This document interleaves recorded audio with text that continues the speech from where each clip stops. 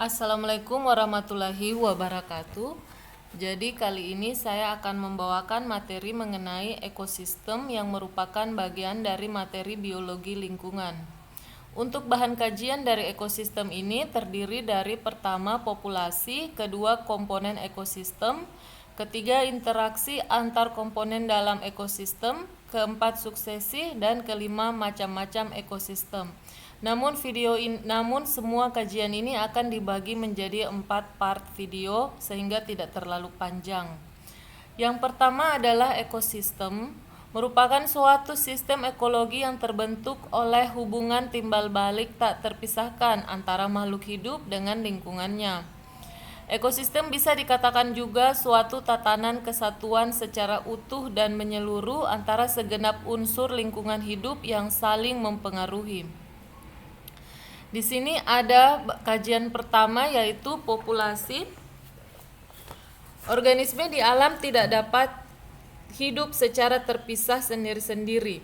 Individu-individu ini akan membentuk suatu kelompok atau populasi yang kemudian populasi-populasi ini akan membentuk komunitas.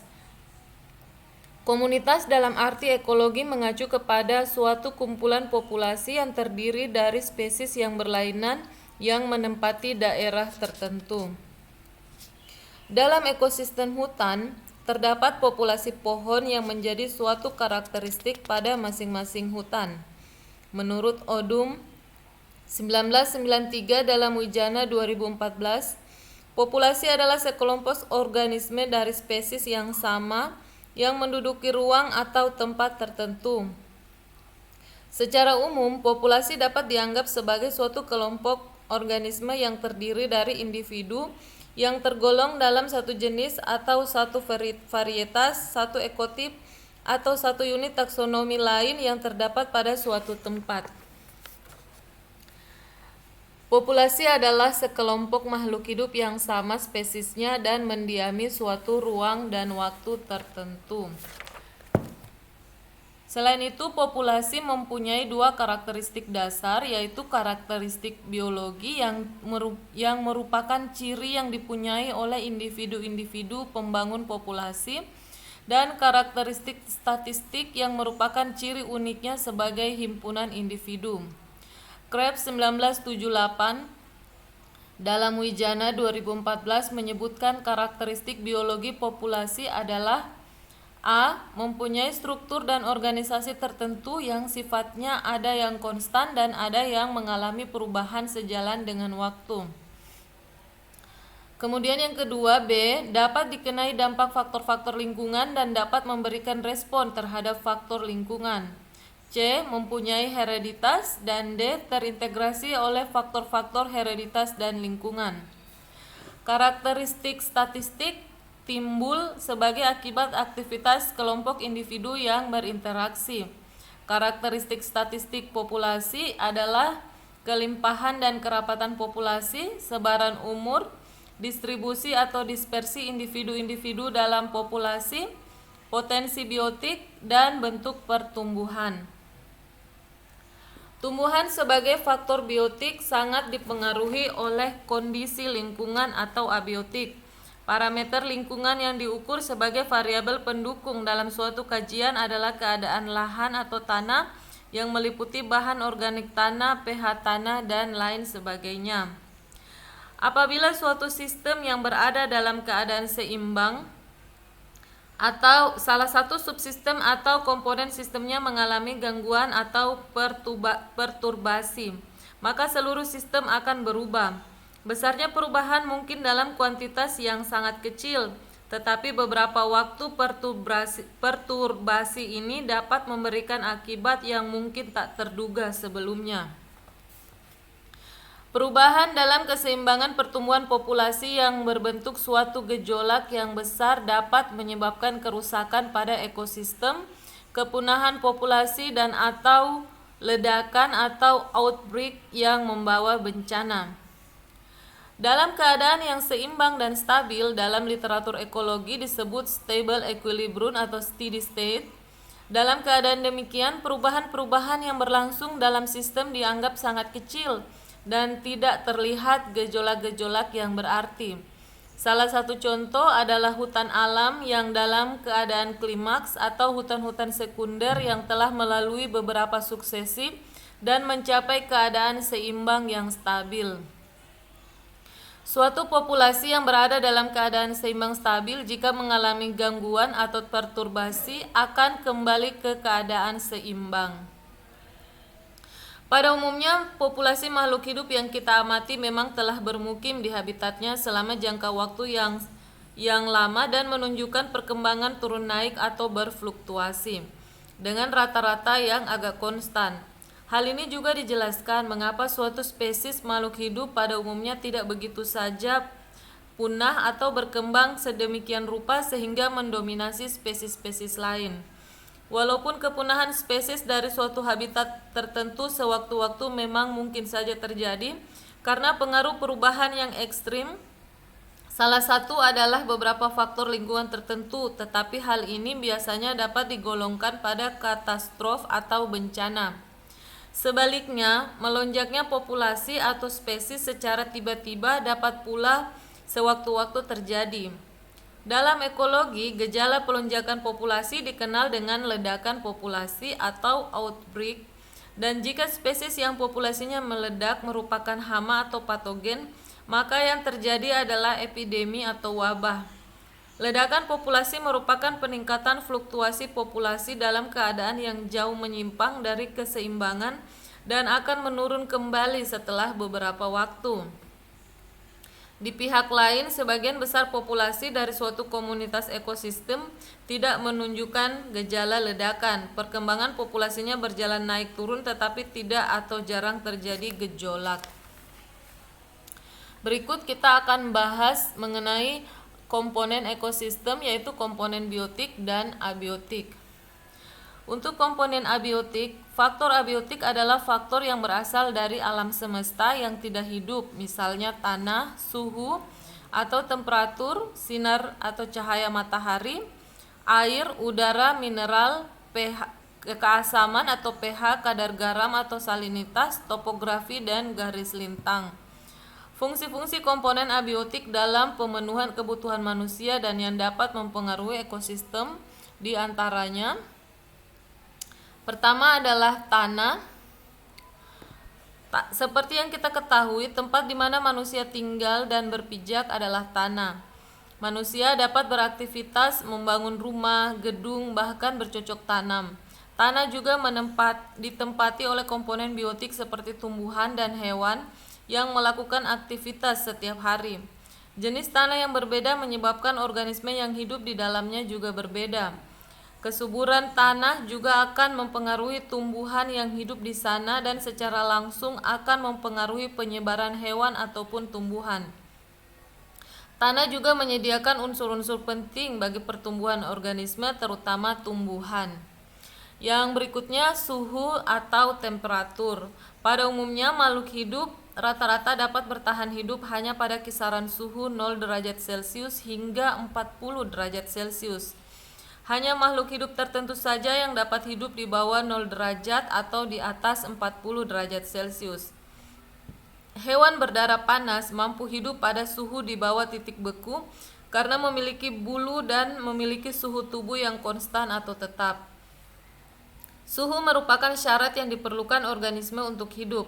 Temperatur lingkungan adalah ukuran dari intensitas panas dalam unit standar dan biasanya diekspresikan dalam derajat Celcius.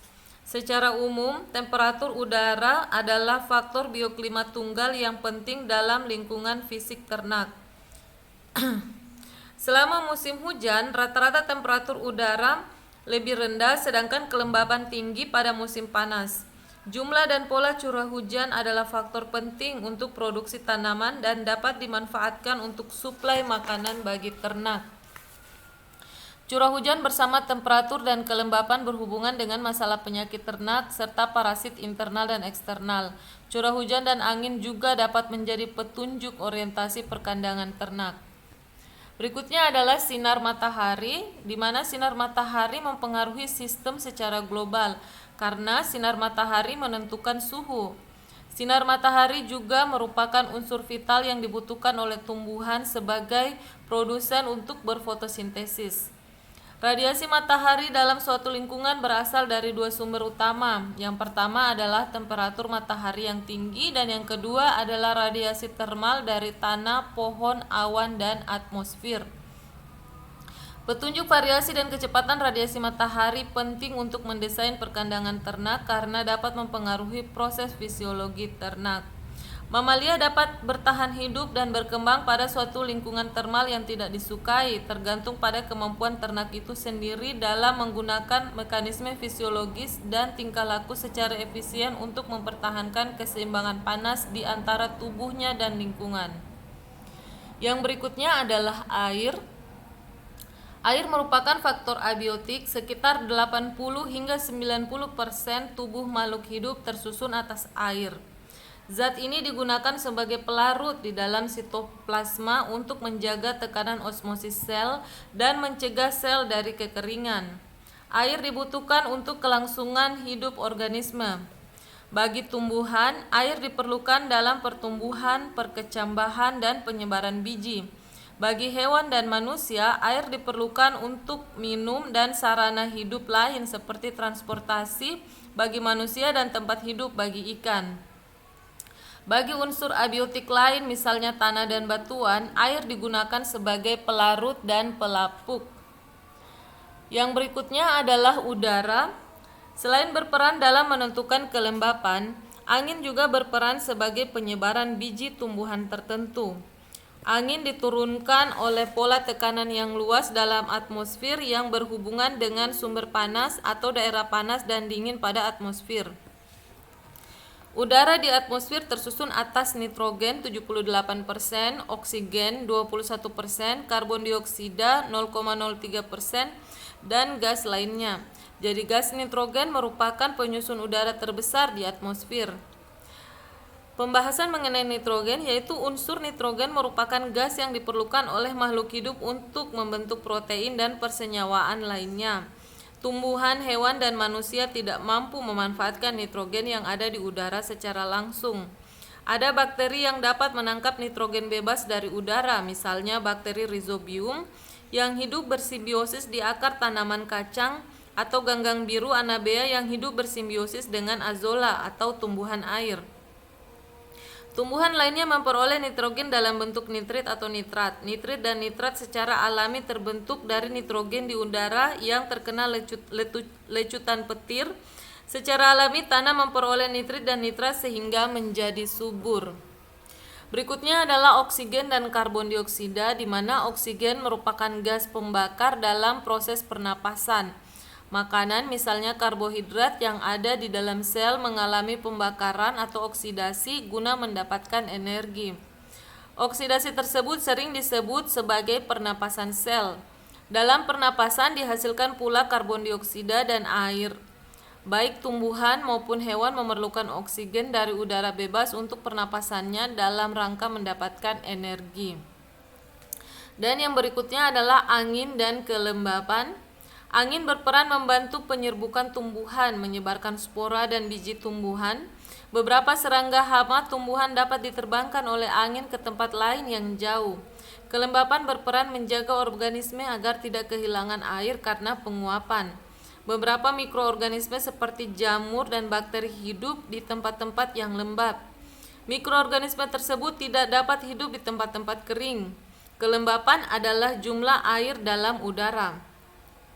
Kelembapan udara penting karena mempengaruhi kecepatan kehilangan panas dari hewan.